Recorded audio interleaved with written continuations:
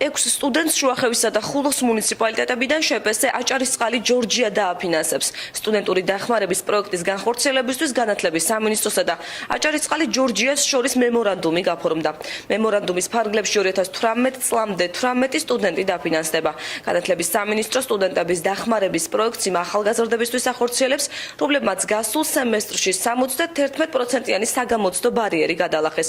2014-15 სასწავლო წლის პირველი სემესტრისთვის სამინისტრო 269 სტუდენტს აფინანსებს. ჩვენი მემორანდუმის საფუძველზე დამატებით ყოველწლიურად 6 სტუდენტი დაფინანსდება ხულოსა და შუახევის მუნიციპალიტეტიდან. იქ უპირატესობა მეინჭება იმ კონკრეტულ სოფლებს, სადაც სამუშაოები წარიმართება და მთლიანობაში მისი კლებადობით იქ შეადგენს 18 სტუდენტს.